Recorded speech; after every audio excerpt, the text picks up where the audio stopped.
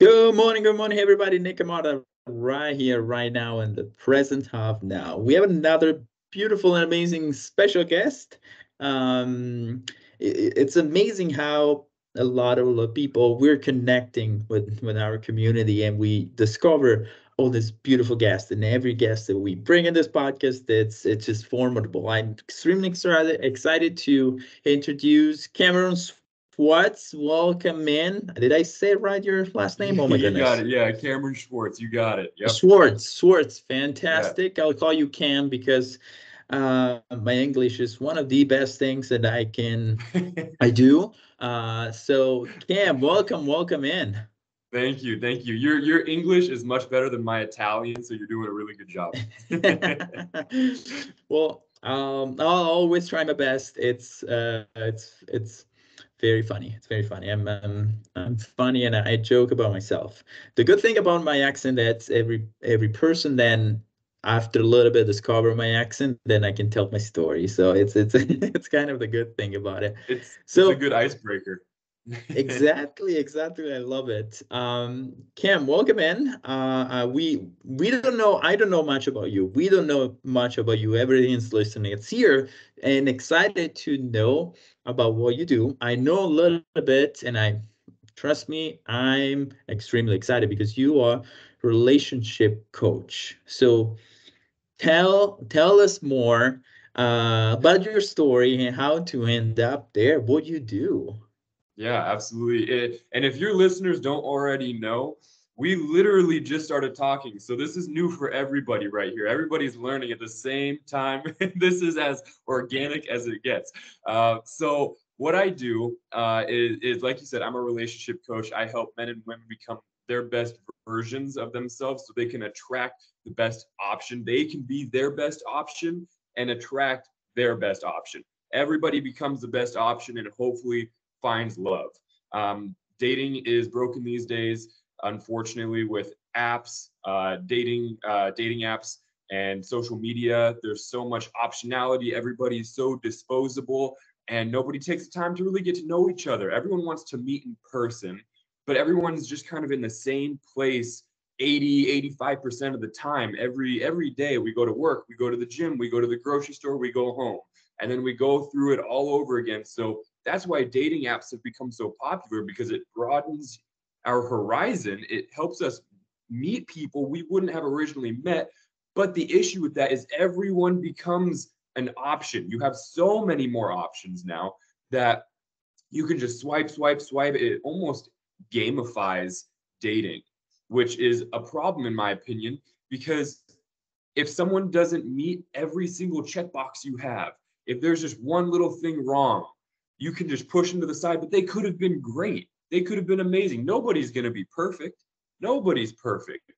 And we have to compromise on so many things in life. It's like that's just part of a relationship. But if there's one little thing, maybe they're 5'9" instead of 6 foot. And so Oh they my get pushed to goodness. the side. Yeah. Or maybe they have a little bit of a receding hairline. Oh no, that's not going to work. On to the next one.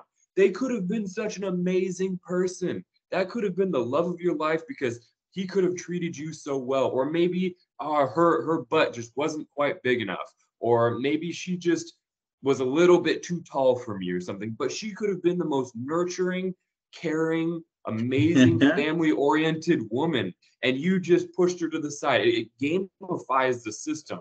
And I think everyone is frustrated with modern dating. I think most people, I should say, are frustrated with modern dating. And so I teach people how to present themselves to the world, how to have more confidence, how to defy rejection, how to bounce back after rejection so that they can come back stronger every single time.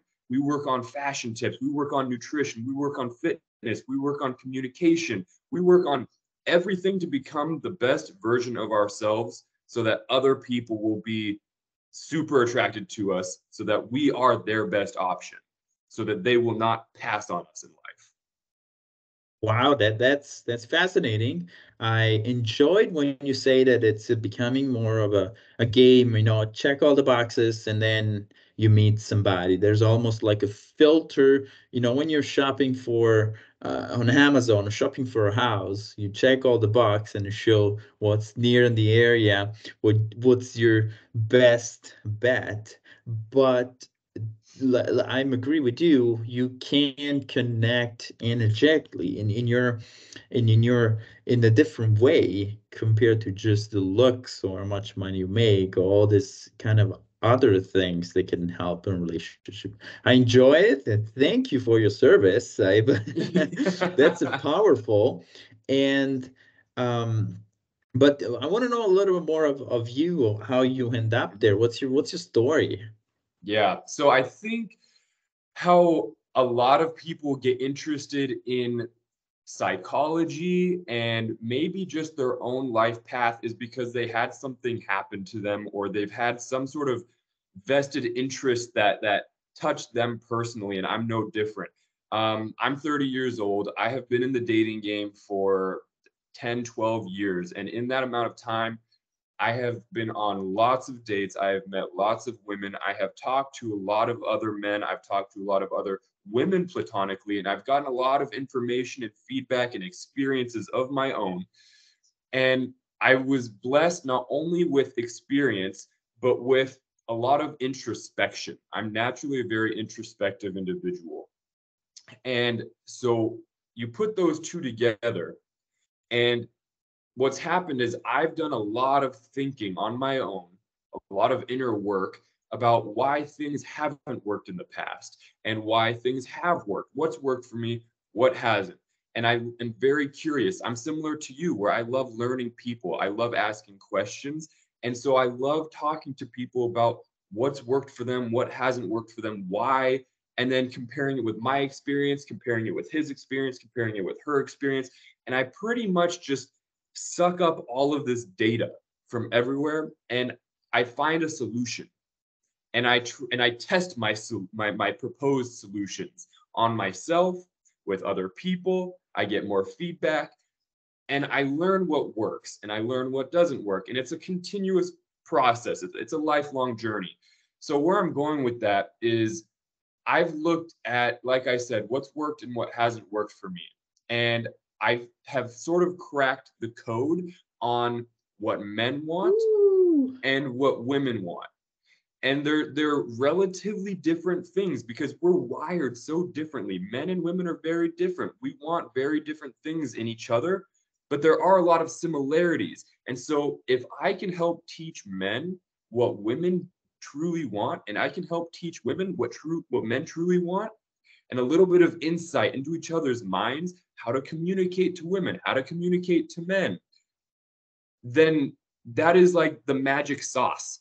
That is it. If we can kind of bridge the gap, then that's it. That is my goal is accomplished. And I have bridged the gap with myself. It's not easy. It has taken a decade to learn. And none of this is easy. Life-changing things are never easy. Things that change our entire life are going to be challenging, and they're going to take a long time. And so people need to understand that when they come to me, that it's not just a snap of the finger. There are things that we can implement right now, like how to demand more respect from people, smile more eye contact, open your shoulders, demand more presence in the area. There are small things that you can do, dress one level above the event that it's asking for. There are small things that we can do in the moment, but the large changes, the confidence, the inner confidence, the ability to push past rejection and try again, those sorts of things, not feeling awkward in social settings, those things take time. So there are things we can implement right now, but then there are massive changes that take time. So I came from a place where I've been hurt. We've all been through breakups. We've all been through rejections. Yeah. We've all been nervous after we send a risky text. We've all been vulnerable. We've all been these things that are somewhat uncomfortable. And so I've been there. I've been there so many times, and I've been rejected more times than I have been accepted in many facets of life, not only dating, but you learn from those things. You learn from your failures, not your successes, mostly, I should say. And so I'm blessed that I have had so many failures and so many rejections, because I've been able to dissect them, and they've also calloused my mind. So I can now teach that wisdom to others. I can teach people how to get through that. So through kind of my pain and my discomforts, I've developed this protocol to be able to assist others. So that's a little bit of my story. It kind of boils down to, I've had experiences, I've been hurt, I've been, I've had wins, I've had losses, etc. And I want to take that information, package it up, and give it to everyone else so that they don't have to feel the same hurt. They don't have to feel the same pain over and over again. Because they say the definition of insanity is doing the same thing over and over again, expecting different results, right? And so if Yes. we can change what we're doing, we're a little bit less insane, and maybe we'll have a little bit more success. That's formidable. I like the way that you basically cracked the code on your own from your experience, and now you're generous enough to share with others and helping others in that. I believe relationship is the most important pattern, the key for living. Basically, every day we wake up and we live to experience life, and to experience life we need to interact mostly with people that are around.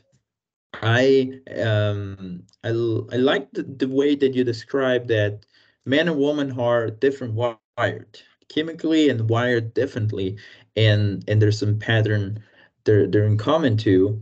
I'm totally agree with that. And there, in plus on that, to already, trying to find the differences, to trying to connect those two entities that are different. Plus we have every person with their own personality, with their own background and their own good things and bad things. So there's a lot of obstacles to trying to connect this two entity, and could be, in a relationship with two people, but relationship I would extend to anybody. Relationship with your family, relationship with co-workers, relationship in general. The most powerful one, it's the loved one, because I believe love, it's the when you in love or loved, your frequency is it's the highest in any form.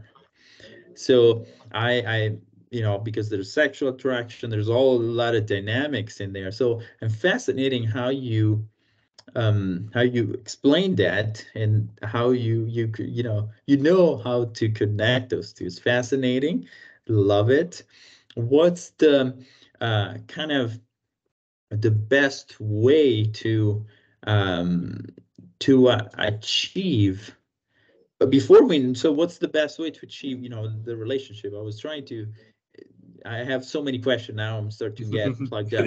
The first question is there what's the best way to do it, but is the best way to work on yourself first? Yep. We have to love ourselves before anyone else can love us.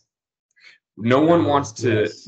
no one wants to date a project, right? And everyone's been there. And I actually I would argue more women have been there than men. More women have dated a project than men. Usually women are more mature than us men, especially at a younger age. And so I think most people have been through a project or two, and it's kind of like, a female listener of yours might resonate with this because she has dated a man child.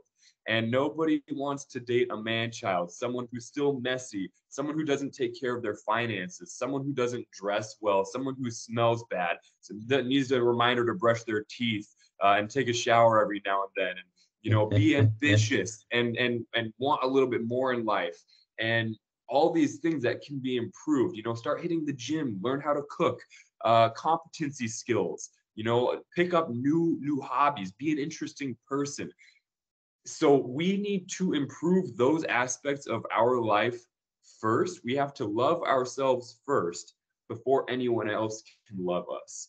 So the best way to get a relationship is to improve us. is to improve ourselves first.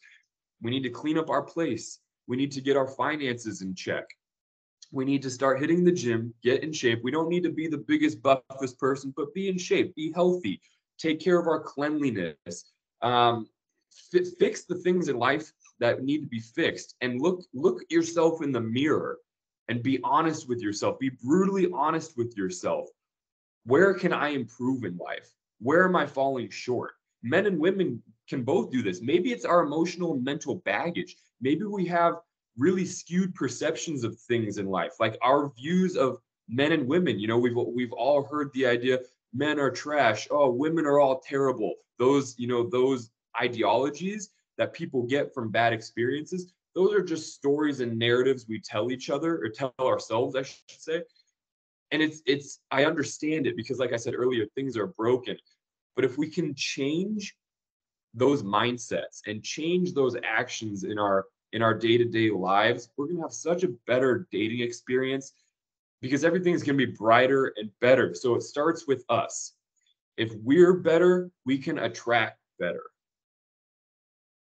Yes, very, very, very, very good that you say so. I'm a firm believer of love yourself first, so you can expand love with somebody else. So I always like the idea to make space. You need to make some space before invite somebody in. You need to clean your home before invite friends over. You need to prep before you need to cook something. There's some pre preparing situation coming up before you can go out there in the wild, and find somebody. And it's awesome that you say so. But after you put yourself in check, okay, you feel a little bit better by yourself, you feel more confident, you change few things that in life. What could be the next step to finding somebody? Yes. How we match, there's what's the apps, Bumble, one of those that Yes. you can match. Yeah. The best way to match? Yeah, that's a great question. I love how you're doing this, where you're kind of going from point A to point B to point C. I like the direction that you're taking this. You're telling a story, a narrative, an actionable narrative, and I like that. So after we, Thank you. yeah, absolutely. After we spend the time improving ourselves, which could take months, could take years, it could take a long time. After a long breakup, we've got to take a lot of time sometimes for ourselves to heal and to become better, and to become stronger. So those steps might take a little while, and it might actually take a while to understand. Well, most of the time, sorry to interrupt you, most of the time we don't know what's wrong with us, because we are Yes. real too into our life that we don't understand that actually I need to lose some weight because I'm not healthy, or we don't know that I'm working too much. I can't really go home, Yes. have some time to go home and clean the space, or we don't know. We're too deep in our life that we forgot to exist. Yes, you're so spot on. And that's part of the benefit of having someone like me on your team, because I tell An people it's, outsider, yeah. yes, yes, someone who can look in, because everyone has friends, but friends don't always, and family, friends don't always tell you the harsh truth. They want to be kind to you sometimes, right? They want to tell you what you want to hear. Oh no, you're good, girl. You're perfect. You go slay. That is not always the best. It's good to have hype people around you, people who can boost you up, but you also have to have friends and family and people around you who can keep it real, who can tell you exactly where you go wrong and where you need to improve. Sometimes those are the best. Challenge you.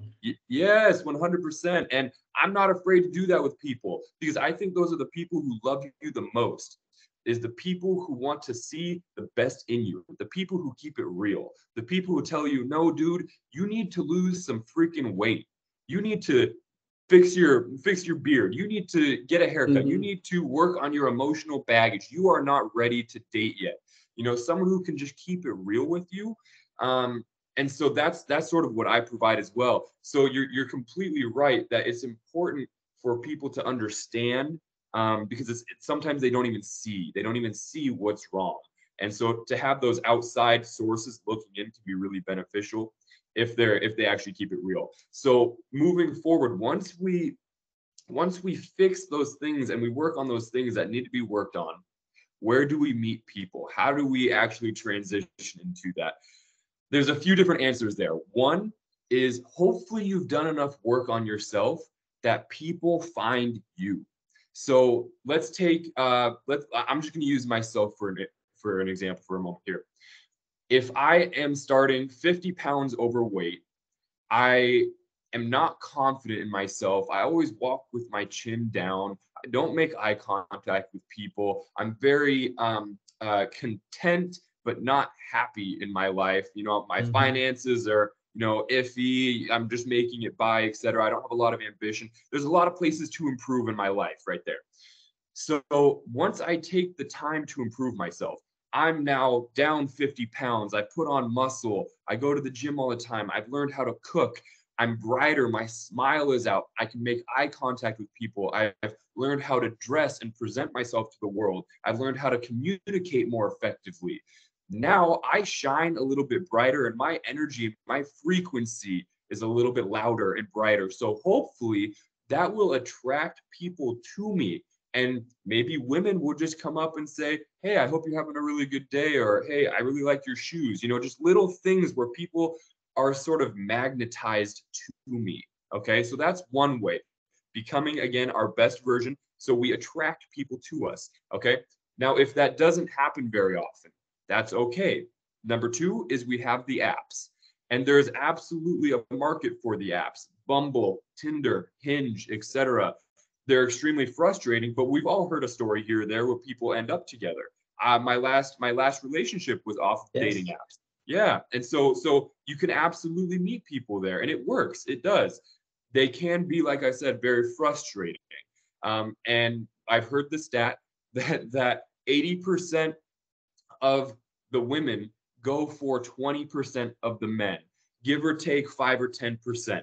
So that's frustrating because most men will not get very much success on the dating apps because it's a billboard. It's all facial and aesthetics. It's all about the look. No one closes their eyes and goes right to the bio. You either swipe left or swipe right based on someone's look. And you can set your filters, like I said earlier, on I need someone who's over 6 foot, nothing under that. So now you've discarded every person who's under 5'10", under 6 foot, whatever it is, who could be amazing, right? And so people might not have a ton of luck on those apps, and some people might just be looking for hookups when other people are looking for relationships. It can become kind of messy. So if that doesn't work, here's a suggestion that I give to a lot of men, at least, and then I'll go to women. Women are at Target, they're at TJ Maxx, they're at Yoga, and they're at Trader Joe's. Those are amazing places to go get your groceries, look around, and maybe you'll find shine.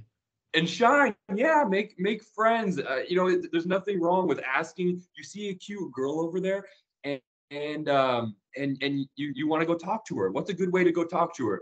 You think of a good question that's related to groceries. Oh, excuse me, I'm looking for so and so. Do you happen to know where I can find that? You know, this is my first time in this store, something like that. And she'll say, oh, I don't actually know. Maybe it's somewhere over there. And you say, oh, great. Okay, thank you so much. What was your name, by the way? And you shake hands, you introduce each other, and hopefully she's attracted to you too. And you can just start chatting a little bit. Maybe you see a little commonality. Maybe on her purse, she's got a pin, an Italian flag, something like that. And maybe you were just in Italy or something. You say, I noticed you have an Italian flag on your purse. I was actually just there recently. Tell me, are you from there? Or you start a little conversation, and then you start going, and you'll be able to tell pretty quickly if she's interested or not. Because if she's interested, she will keep chatting. She'll keep the conversation going. She'll ask you questions. Oh, when did you go last? Where did you stay? Oh, I have family there, et cetera, et cetera. She'll continue the conversation. If she's not interested, she'll cut it off pretty quickly. You just got to be a little bit intuitive and socially adept and understand the situation. And if it flows, it flows. If it doesn't, it doesn't. And so those are really good places to meet good women. Those four that I listed, places to meet good men.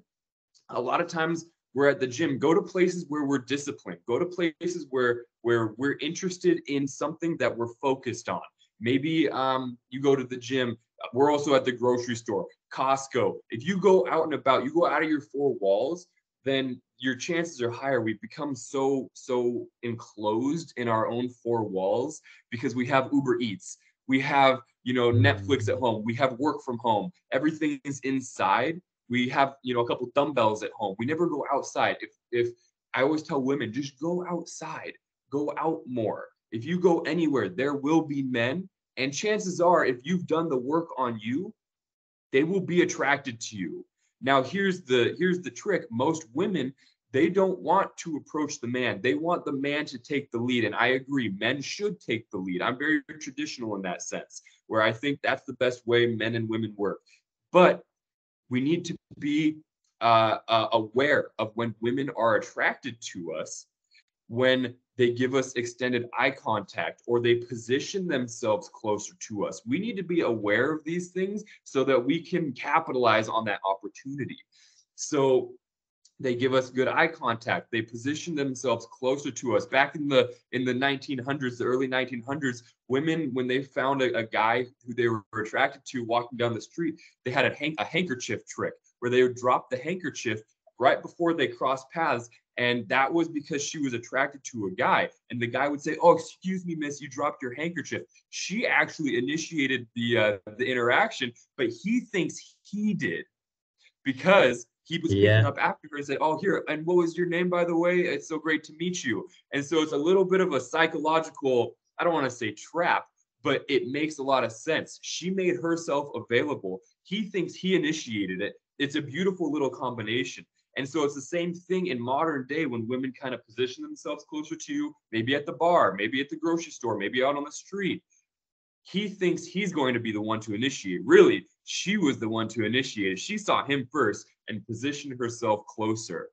So those are some little ways where we can actually bridge the gap. Once we've done the work on ourselves, we can then start to initiate and approach and talk. And if a guy has enough confidence, enough practice to, we call it cold approach, then go up to women that you find attractive. Go around her and say, "Excuse me, I just want to come over and say, you look really, really, really nice, and I want to come get your name." There's nothing wrong with being a little bit direct like that. Usually people will be flattered by that sort of thing. And they'll say, "Oh my gosh, thank you." They'll blush a little bit and you'll chat. And again, you'll know very quickly if they're interested in you or not. If they're trying to leave or if they ask you questions, you'll be able to tell intuitively. So that's kind of a few different tips and tricks to bridge the gap there. That's awesome. That's awesome. I laughed when you say Target because I had the same idea.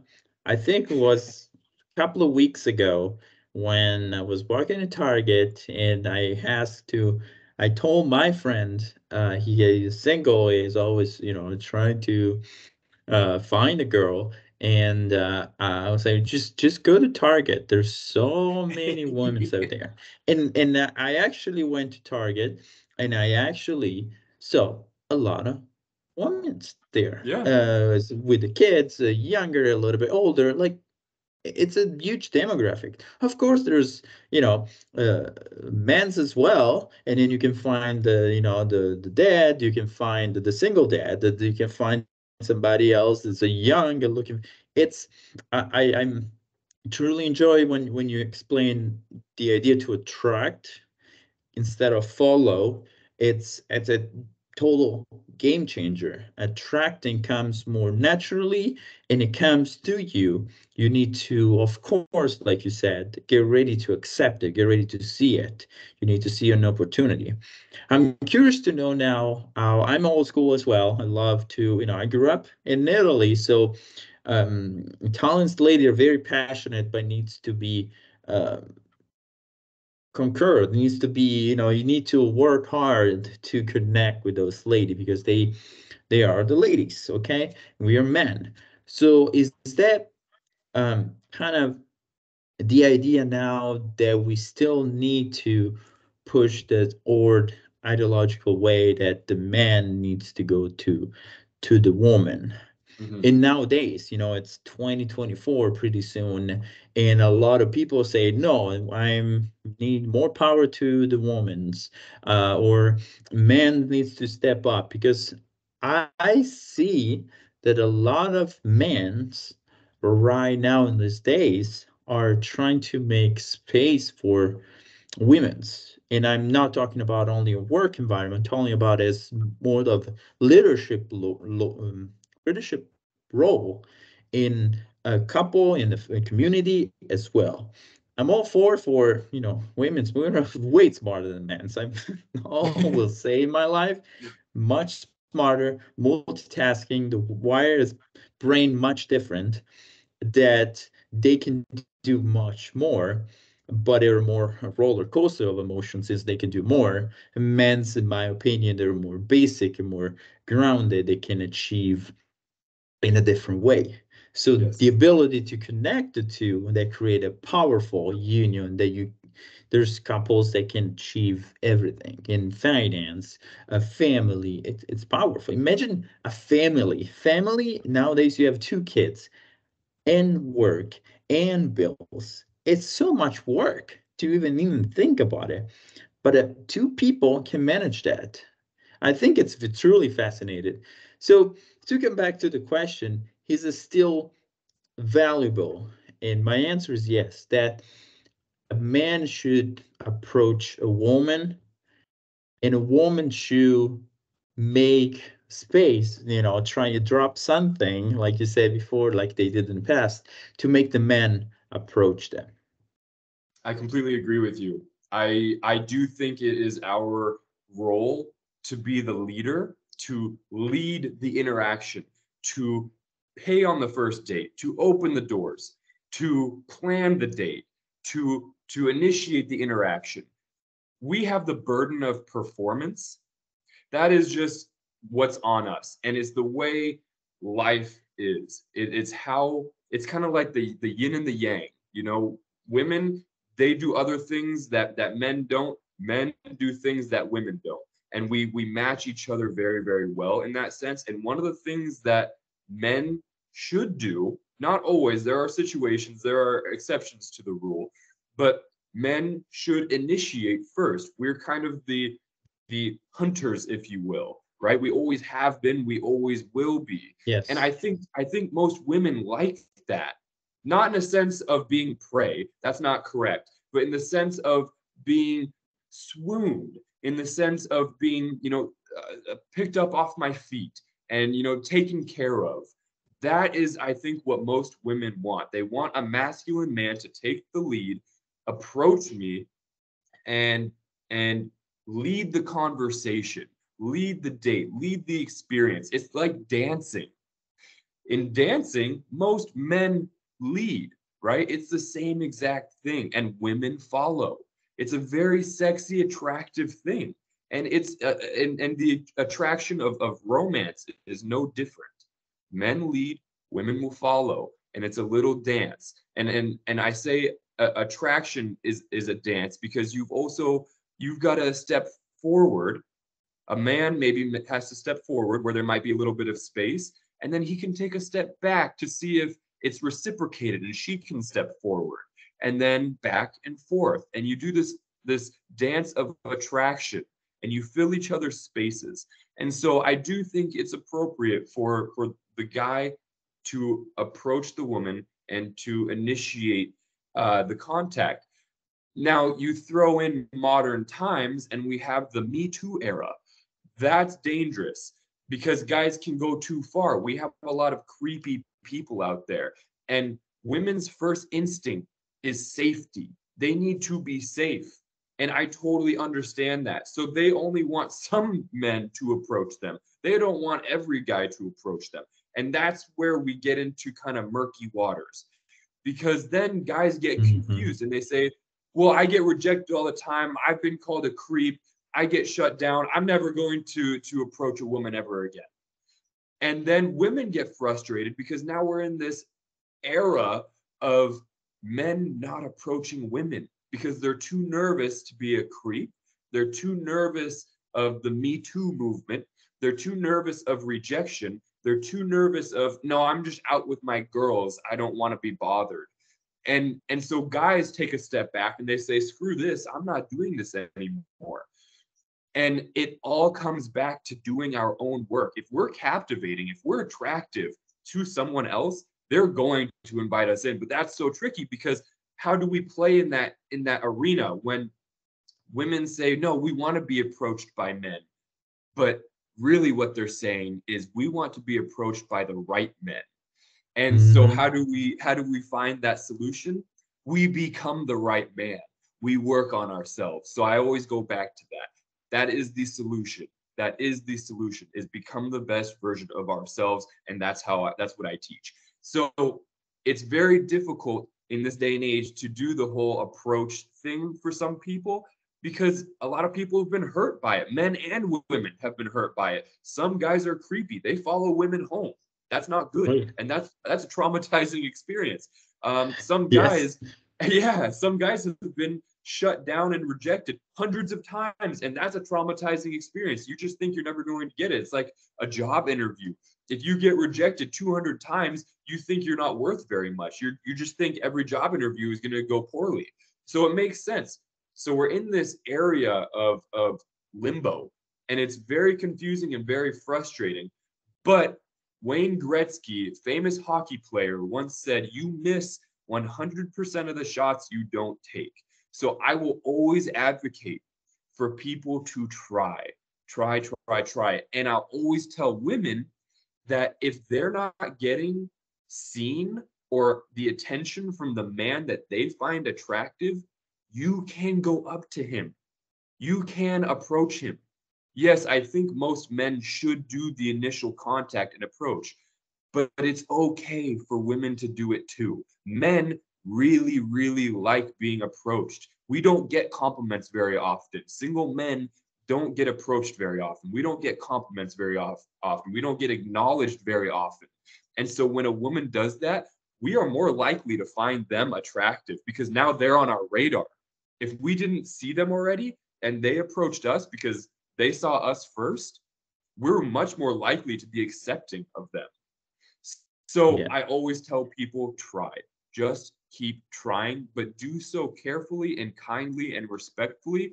And you can use a little bit of game, have a joke set up ready to go, have a conversation ready to go. That's why I used that Italian flag pin earlier. Have a little bit of conversation ready to go. Be more in the moment. Yeah. So observe. Basically, man up and read the room. Like trying to be the leader. Fun that you said that about dance because my wife, she's a ballroom dancer, she's a professional dancer. I was gonna bring her up this idea of lead and be a leader. In dancing, like you said, it's impossible to dance if the man is not leading and the woman is not following. It's impossible. It's awful. And I always come back to say if something is good or not, in this society, come back always to the animal. We are animal. We are a bunch of monkeys that grew up a little bit bigger brain, but we are animals. We are instinct. We are brain that way. What animals do? The animals it's pretty much there. You need to make a show to attract the ladies, and then a man's vying to each other for the whatever animal is this. Most of it have that kind of ability. It's how we're wired. It's exactly. Society can change, but our biology, our psychology, it does not evolve as quickly as society does. We are wired a certain way.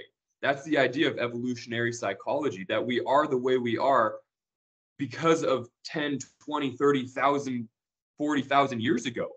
It's just the way we are. I think you're absolutely spot on. I always find people that are pretty much in agree with me. I'm frustrating because I want somebody that says something different than what I believe. So if you're listening right now and think I'm saying stupid things, please let me know.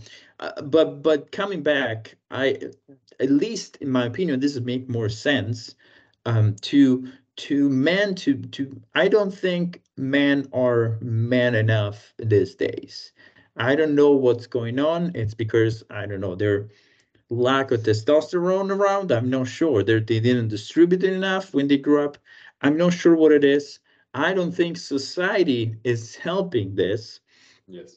But be a man, it's not just be the creepy guy out there that wants sex. Be a Yes. man is the protective man cave, I'm talking, the guy that needs to go out there, find a line to bring food and help, and the woman needs to be there to be protected in most of the case and give birth. Now I don't want to get very, close-minded. There's some women that are born to probably wired differently, but it's a very small amount, in my Yeah. opinion. And somehow society is pushing this ideology that women are superior, needs to be, more respected and yada yada yada. It's like then as a man's we're giving that because we're men, we want our best for the lady. But I'm not sure how successful at the end of the carnival here it will Yeah. be. For thousand and But thousand years, men's were the leaders. Now, if there is a powerful woman, and my boss's woman have so much. I think women are much smarter than men. Since they're smarter, they put us to work. Imagine that. That's the smartest thing that you can do. well, and I think I like how you brought things. I do like the simplicity. I like going to this small box because we are simple creatures at the end of the day. Our basic needs are and our actions are based on survival and reproduction. That is what it boils down to. That is our little box. That is what makes us decide on everything we do in life. Does it help us survive and will it Yes. help us reproduce? So you're absolutely right. Women, very nurturing, care for the child, etc. That is reproduction and survival, pass on the genes. Men are protect and provide. And all of our decisions in life, everything we do is to fit inside that box at the end of the day. We Yes. want a better job. We want more pay. We want to look better. All of these things so we can provide better and attract a better mate. It all boils down to reproduction, safety, and continuing our lineage. That's and survival. That's really what it Yeah. is. Yeah. And And yeah, go ahead. Go ahead. and women's are built uh, different. So men's are stronger. That's why through the years they had a different scope. It's always a survival mode. And a man Yes. cave, if the man cave survival this year, because then women, man's became a little bit taller, a little bit more muscular. There's some women's their arms are bigger than my legs, but it doesn't match the fully scale, doesn't match the there average. there will always be exceptions.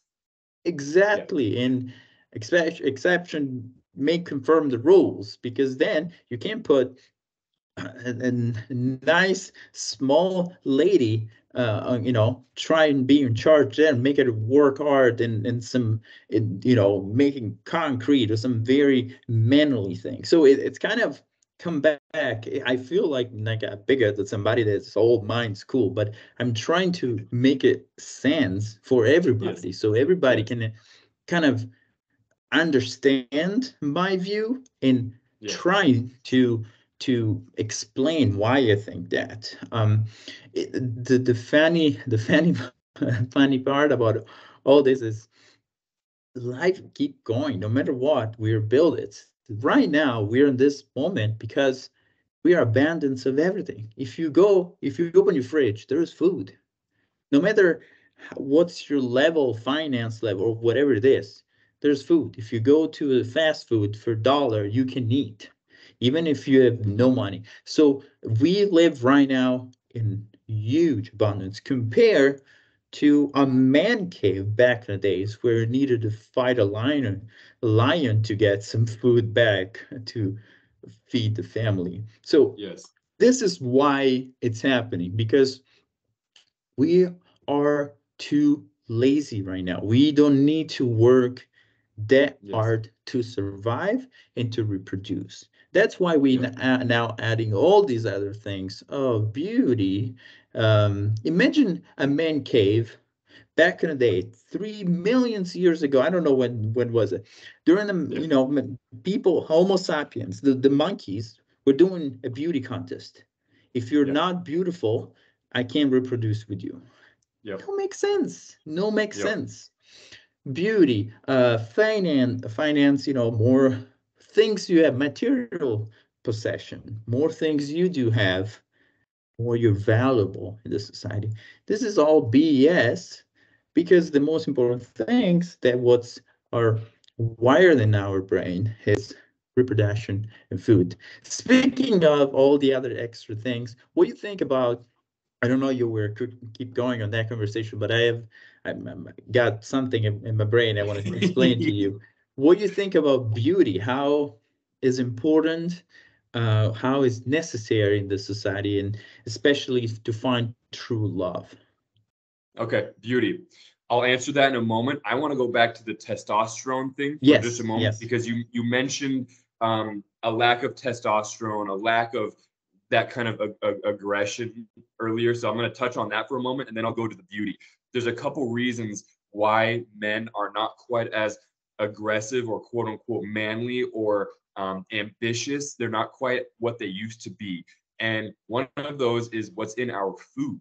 There are a lot of estrogens in our food, phthalates, Wow. glyphosate, things, chemicals that actually suppress, they've been scientifically proven to suppress our testosterone. So it goes back to learning how to cook. If we cook our own food, we know exactly what's going in our bodies. We cook chicken, steak, maybe if we're vegan, fine, tofu, I don't know, whatever you want. But if we cook as close to whole foods as possible, vegetables, potatoes, some rice, we know exactly what's going in our bodies. So we don't have to worry about these testosterone suppressing chemicals that fast food is giving us, packaged foods are giving us. So that's one massive thing. I mean, how easy is it to go out and get food at the McDonald's or prepackaged, pre-made bull crap, right? Frozen That stuff is food, not yeah. exactly, it's not good for us. Chemicals, chemicals, chemicals. Then the second thing is fatherless homes. There are more fatherless homes today than there ever has been in the past. And when Wow. men grow up in a fatherless home, I'm not saying mothers can't raise a beautiful child. They can. It absolutely, and they do. But the issue is the again the yin and the yang. There are things that men add to the household that women Yes. can't, and there are things women add to the household that men can't. And one of the things that men add to the household is the manliness, the aggression, the edge to life, because women are so nurturing, soft, kind, sweet, beautiful. They're amazing. Women are amazing. But men, we lay down the hammer. We have so much grit and we have so much ambition and drive and aggression, more testosterone. We have this kind of fire behind us that's not not as sweet and soft as our female counterparts. So when we leave out that aggressive masculine energy out of the household, that's why they call it masculine energy and feminine energy. When we leave out the masculine energy, that is going to create a more feminized man. And that's hard for a lot of people to hear, but how are you supposed to know what a man looks like if you grow up in a fatherless household? So Yes. that's what I wanted to add on that testosterone aspect. Now, your question about how important is beauty, was that the question? How important is beauty in relationships? Yes, what's the that? But before you go jump on there, I'll Yeah, rebat on you. What you yeah, please. what's your idea on what's it called, the toxic masculinity? What's your Uh, thoughts on that? I think too much of a good thing is bad. Anything too much of a good thing is bad. Too much masculinity, it can be toxic. Too much femininity can be toxic. I think, feminists, if you go too far in that direction, toxic. If men go too far in their masculine direction, too far on that side, toxic. There's a balance. Everything in life is balance. We have to find homeostasis. We have to be we have to be just the right amount of aggressive and ambitious and direct, but balance it with kindness and respect and have a little bit of softness. We all have feminine and masculine energy. Every woman has some masculine energy. Every man has some feminine energy. We just have to balance it. If you are too masculine, that means you're too far on the scale and there's not enough femininity. You're not soft Mm-hmm. enough. There's not a little pinch of kindness. There's not a pinch of understanding or empathy. We need that to balance it. And the same can be said for women. If they have too much directness, we see this a lot of times with powerful CEOs, powerful business women.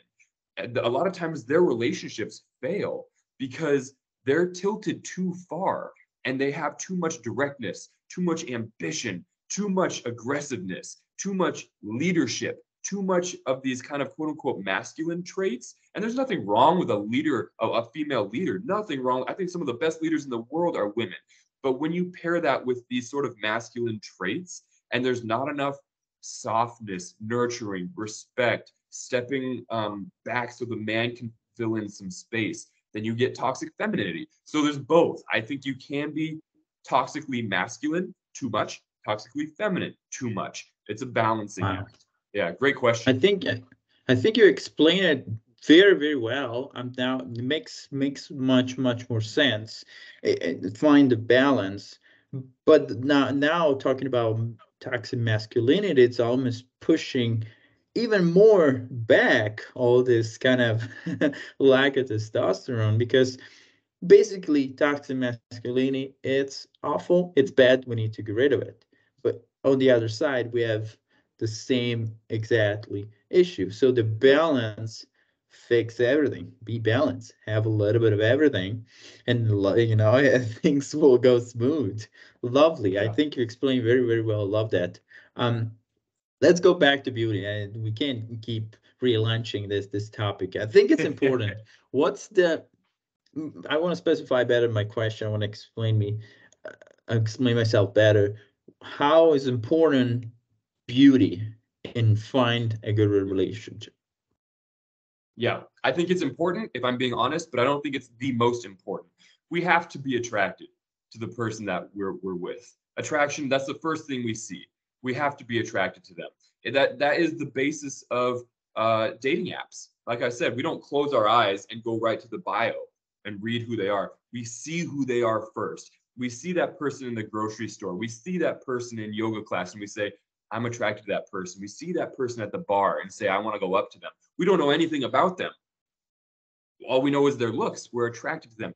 That is what captivates us. And going back once again, that's why I say we need to work on us first. We need to get in shape. We need to fix our beard. We need to fix our haircut. We need to whatever we can to improve our presentation to the world. Find clothes that fit better, things that make us look more presentable and attractive and fertile. Again, it always goes back down to survival and reproduction. If we look more attractive, we will have a better offspring. We will have a healthier Yeah. offspring. That's why men, we generally like, at least in Western societies, we like wider hips because, yes, it looks good. But why does it look good? Because it shows reproductive viability. It shows that woman is going to have a better chance at having a successful birth. So it signals things to us. These attractive traits signal things to us. Men with a stronger jaw. It has been shown that men with a stronger jaw actually have the ability to ward off more disease and illness And so there's reasons evolutionarily why we find these things more attractive. So, and then the simple one is men's height and broad shoulders. Because back in the day, we could run faster, we could climb better, we could throw things better, pick things up. We were stronger, more able-bodied humans if we were larger. We could protect better. So these things are attractive. Like I said earlier, our brains have not evolved as much as society has. Mm-hmm. So even though it doesn't matter these days if we're 5'9" or 6'1", we're not throwing rocks and climbing trees for survival anymore, right? But our brains haven't caught on to that yet. So attraction is huge. Beauty is huge. We need it. We need to be attracted to the person that we see. And it will never change. We look at the most beautiful people in the world: Sofia Vergara, Brad Pitt, George Clooney, Jessica Biel, Megan Fox, these individuals that are kind of quote unquote peak beauty. They will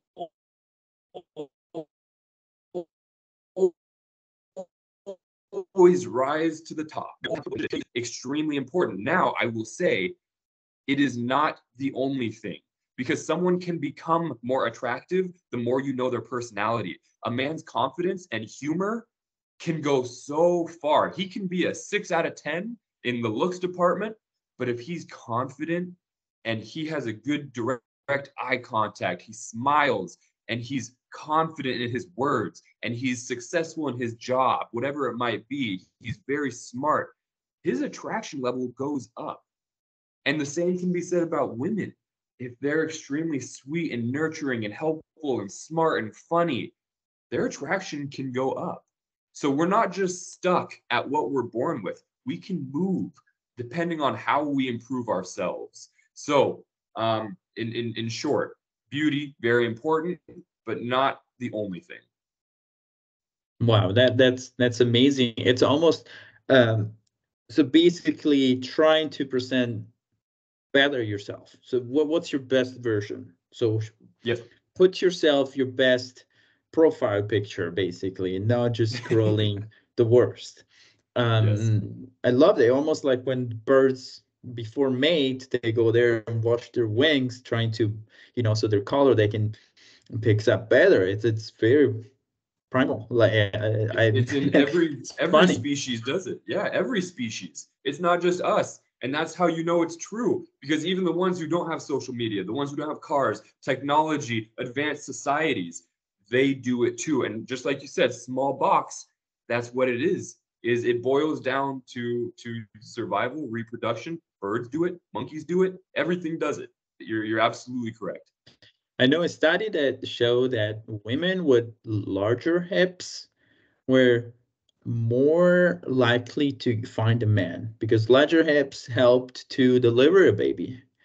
Yes. It was crazy for me to hear that, how we can see that, like, basically larger hips is not kind of thing that can really connect with beauty, and it's more of boobs and butt and I don't know, hairstyle, something like this.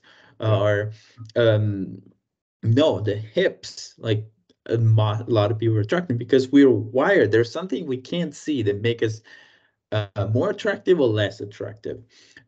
The bad thing about all the beauty, that's what society is trying to impel to, that you need to be super, super thin. You have to have big boobs to show them and big lips. The best way, and I did my own example, and I could be the exception. My wife, it's beautiful. Actually, she's super hot. I'm just extremely grateful. She's beautiful, but I like her best when she's home in pajama with little things on her hair here, with no makeups, watching a movie, relaxing. That's like with the most beautiful person I ever met in my life. When she wear makeup and just trying to think, I don't like makeup, for example. Makeups is something that the first time we met, she didn't wear a lot of makeup. She was natural makeup, more not natural, more of not heavy natural makeup. beauty. natural beauty. So what I exactly.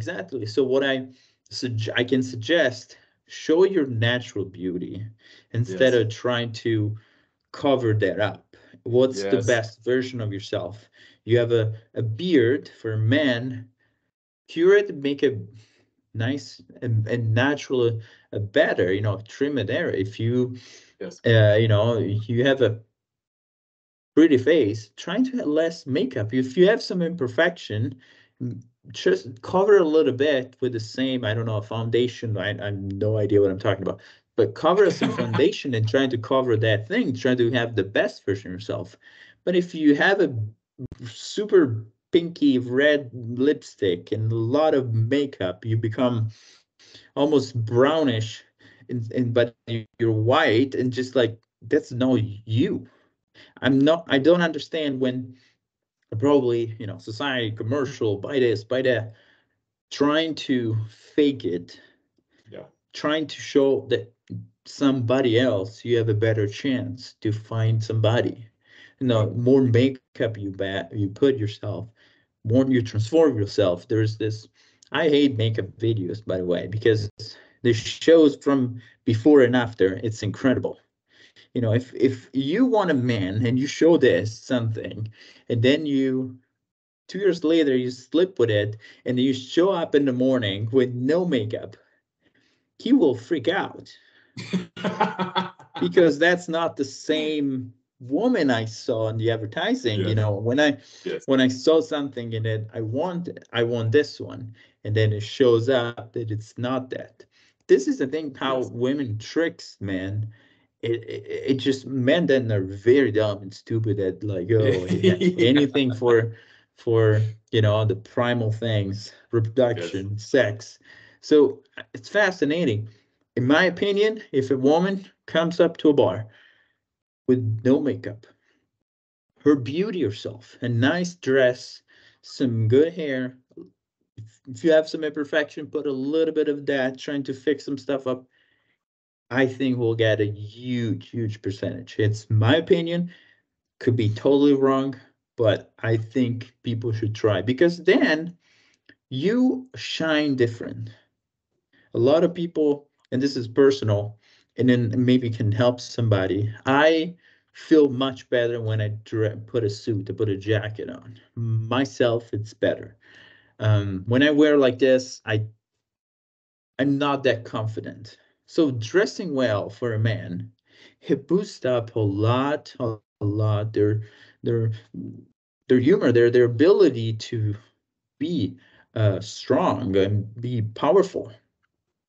So dress up well, but if you never wear a jacket, how you feel wearing a jacket? You feel tight and all just disturbed, you won't feel yourself. So if it's an amazing, you need to dress up well for the date. Instead of dress up well, trying to put a tie or something, dress up the best version of you. If you love sweatpants and a hoodie, put the best one to shows up yourself. I'm not sure if you agree with that. I do. Absolutely. Okay. Absolutely. Damn it. And with the with the makeup thing that you mentioned, I love everything that you were mentioning. With the makeup, what it signifies to me and a lot of other men is when women put a lot of makeup on, it signifies insecurity. It doesn't, to me, it doesn't make them look more beautiful necessarily. It says I'm covering something up because I'm insecure. And to me, that's room and opportunity for growth, because what are you insecure about? Maybe you're insecure about your weight. So you put paint on to make yourself more contoured and to look a Yeah, little bit, yeah. yeah, more angular. Okay, let's go to the gym. Let's work on these insecurities, because that's eventually those insecurities are going to come out. Eventually, if you get in a relationship, those insecurities will come out. So let's attack the root problem, not the symptom. And the root problem is you're insecure about your weight, you're insecure about your face shape. Let's go lose some weight. Let's put on some muscle. That's very attractive. I like that. And here's a fun stat. In 2020, there was a study done. Only 9% of the U.S. population only 9% of men in the US weight train. Only 9% lift weights. That's not talking about running. There's yoga, there's other things, but weightlifting, okay? Only 4% of women in the US weight train. Again, there's running, yoga, all these other things, but only 4% weight lift.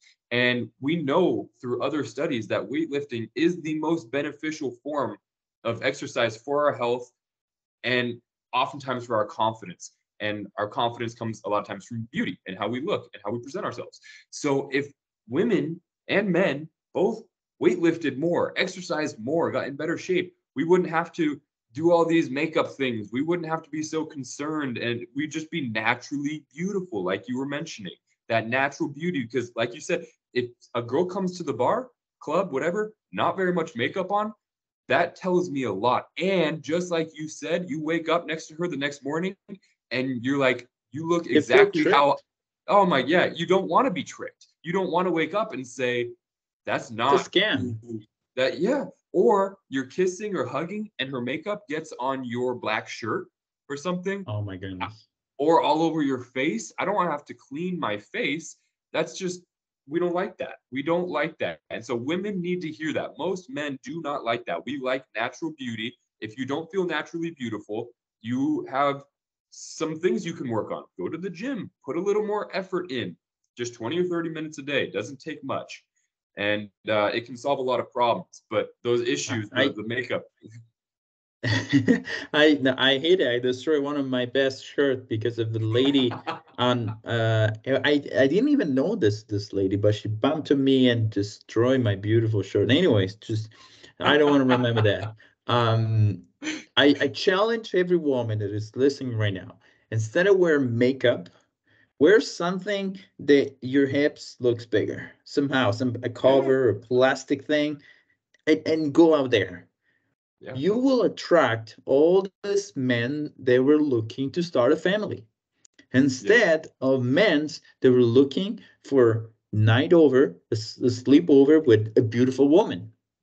It's a different game change, and you attract, I can find a man that can stay with me forever. Well, what you're standing out there, it's, you want to look beautiful, but what you want to do, it's, maybe have a family, so send a different message.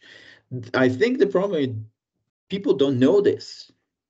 They don't know about all this kind of behavior that we're just primal. We're monkeys with a suit.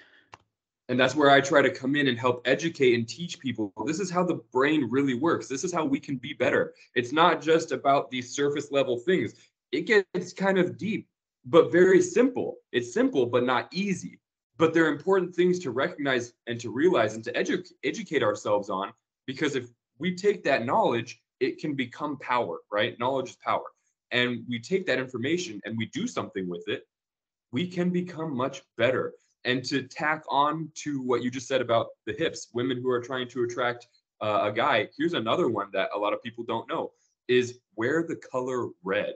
This isn't a foolproof thing. It's not going to work for everyone. But us men, actually people in general, we look at the color red as something very ripe and ready to be taken. And so if women wear a red dress, it becomes sexy. Red is a sexy color. Think of the Ferrari, a red sexy dress. Those are sexy red things. Lipstick, Yeah, exactly. And it's because in our primal brains, they represent ripeness. And so if we view something as ripe, we view it as ready for picking.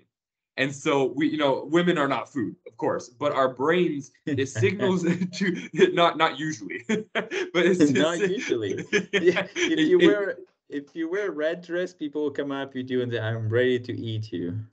Just take bites out of your shoulder. But it signals fertility. It signals that there's a reason why red is the color of love, why we paint hearts red, why we red roses. It's the exact same thing. So little tip, women wear red dresses, wear red clothing, because it signals to us dumb male primal brains. Ooh, ripe. I want. Direction. And then Yes. it probably will stimulate the vision of the red, almost like a bull, to men to increase their testosterone and be more direct with you, more stronger, kind of aggressive, manly, Yeah. kind of that kind of style, more of a Yep. man. I love it. I love all this conversation. I think Yeah. we talked a lot.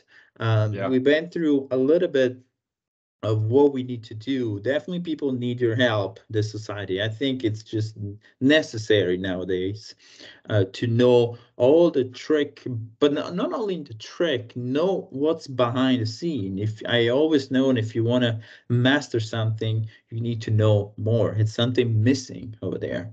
My personal experience, all some people that were single and they were looking. I have this dear friend.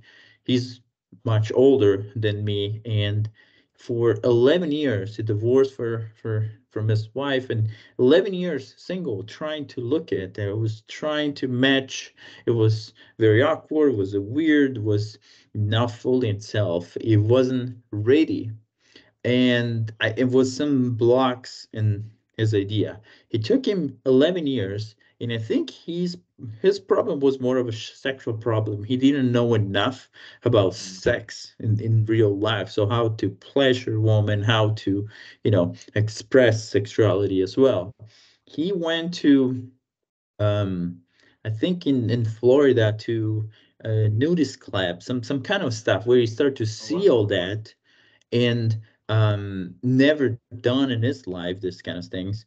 Literally, after he saw the different thing and was more naturally involved in this kind of sexual thing, literally 2 weeks later, find matched with this woman locally. They went on a date.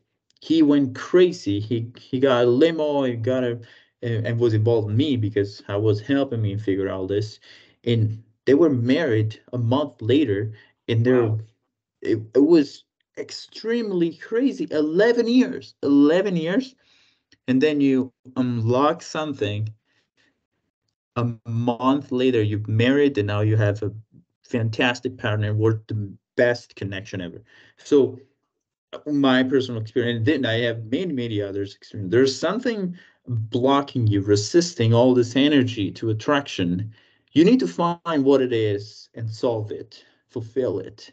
Um, and for most men, probably right now, average people is men up, trying to get back the testosterone that belongs to that man cave that is in you. And for ladies, probably it's more naturally yourself, more uh, select what you want to attract in this Absolutely. case. Absolutely. That's a wild story. That's a beautiful story. And that's also something that I touch on. And it's a very vulnerable topic, the topic of sex, because it's something us men take a lot of pride in. If we are able to satisfy a woman, that is like one of the most vulnerable topics that we can talk about. No man ever wants to express that he can't satisfy his woman. And most women don't want to throw their man under the bus and say, hey, he needs help. He can't satisfy. Because most women are loving, they care. They care about his feelings. Yeah, And we yeah, yeah, know, yeah. yeah, they care that they would hurt his feelings. And so it's a very suppressed topic because where do we learn how to have sex? Where do we learn how to do it? Porn is not the right answer. Our mom and our No. dad probably aren't going to teach us. School doesn't teach us. So where do our friends don't Religions, know? most of it are Yeah, opposed and all exactly. So that. where do we, but sex is so important. It's one of the most important things. I have seen beautiful, Reproduction, happy, go back yeah, there. reproduction. Reproduction. That's it. And we're one of the only species that has sex for fun. Us and dolphins and maybe a couple others, but others are just purely reproductive. So us, we just practice reproduction sometimes. And that's great. But it's so important because I have seen happy, healthy marriages fail because the sex fails. Maybe he has low testosterone and he just can't get it up anymore, or she dried up, something menopause. I don't know. There's some reason why their sex might have failed and the relationship failed. The wife or the woman in the relationship said, I can't do this anymore. I need sex. Or the guy says, Yeah. I can't do this anymore. I need sex. And the marriage or the relationship falls apart. And it's so hard for us men to talk about it because we take so much pride in our ability Yes. that if we have inability, it hurts that pride so much. But it's important. We need to talk about it because there are people like myself who can help. There are tips and tricks and tactics like the idea of foreplay. Like it starts way earlier in the day. Send some cute text messages. Send, hey, I'm thinking about you. Hey, you're Mm-hmm. I thought about the other day and it kind of turned me on. And then just leave that. And then she's thinking about it a little bit more. And then at the end of the day, you make dinner, you put your hand on her back, a little kiss on the neck, and then you leave it. Little hours of foreplay. It's not just right there and then. Women do not work how we work. We can be turned Yeah. on instantly. You just show us boobs, you smile at us, you touch us in the right place, and we're good to go. Good to go. But Ready, ding, ding. we're easy, we're simple. But women, it takes a little bit more. And we need to just understand their mind. And the more we know, the more we can understand them, the better we can take action. So it's a little text here and there, a little touch, a little kiss, leave little seeds, little nuggets, foreplay. And then when the time is ready, you've built a little bit of tension, you can start making out. You make out on the couch for 30 minutes. Think about when it was hot and heavy when you first met. Foreplay took a long time. It wasn't just immediate. And so that's a really good and important way to keep the sexual energy alive is to not just expect the instant gratification because that's not how women generally work. Fantastic, fantastic. So basically, you're a coach, you're helping people on relationship, even if you already have a relationship and you want to, I wouldn't say the word fix it, but getting better in Even better. communication. It basically all comes out to a communication, how to express things that you want and things you can get, and how to see, receive a message, all the Yep. communication where you do. If this woman is smiling at you, you might talk to it. Or if you're trying to talk to this woman and she turns back and leave, she mightn't really want it. You don't have to follow her back in her house like a creep. We need to get better at communicating, understand better, know more the subject, study about it. I think it's extremely important to talk with an expert like you that knows and crack the code of how to do that. What's the best way I don't know how long we were talking, but I think what's the best way to connect with you? How people like how I've been talking to you, I'm excited now, I want to get better myself. Yep. How to connect with you, Cam? Yeah, people can find me at my website, www.theconfidencecoach.biz, B-I-Z, or they can find a bunch of free tips and tricks and fun videos on Instagram, YouTube, and TikTok at the confidence coach number 3. And they can direct message me, email me, find me there. That's awesome. Look, I'll put all the link down below as usual. So we find the best way to reach you. I'll follow you on the social media now. I want to know all your trick and trips. We talked a lot. I think it was super valuable. If you're right now, you have some material now to work on it. But what do you offer for somebody that's more into it's serious about this? Absolutely, yeah. They can find my plans on my website. I work with people all over the world actually, and I do a lot Hmm. of my work virtually, just like this, where I can give a lot of tips, advice, guidance, help virtually. Sometimes people show me text messages or dating app messages like, Cam, where did I go wrong? Or what does this message mean from him? What does this message mean from her? What's my Etc. Tinder bio look like? My Tinder Exactly, bio. exactly. We can work on things virtually. I also do a lot of stuff in person as well. So people can find my pricing and my plans on my website, Mhm. and we can kind of go from there. Yeah, one-on-one coaching, basically. One-on-one coaching. I also do group coaching. Generally, people don't want to do that because that's a very vulnerable, sort of personal Yeah. conversation. But if people are interested in that sort of thing, I absolutely do larger groups. Fantastic, Cam. Thank you so much for the amazing conversation. We talked a lot. We had a lot of material there. I hope somebody gets some inspiration of this and start to find the best relationship out there. Thank you so much. Thank you for having me. You're a phenomenal host, by the way, man. You do a really good job. Not everyone can be so curious and have great follow-up questions and have such a great conversation that flows so smoothly. So I really appreciate this. Thank you. Oh my God. Thank you. You filtering with me. Now I'm shy. I Thank you. made You're Nick good in blush. relationship, I guess. All Well, right, thank you for Cam, the you have a opportunity. wonderful rest of the day, and I'll see all you in the next episode. Thank you, Nick.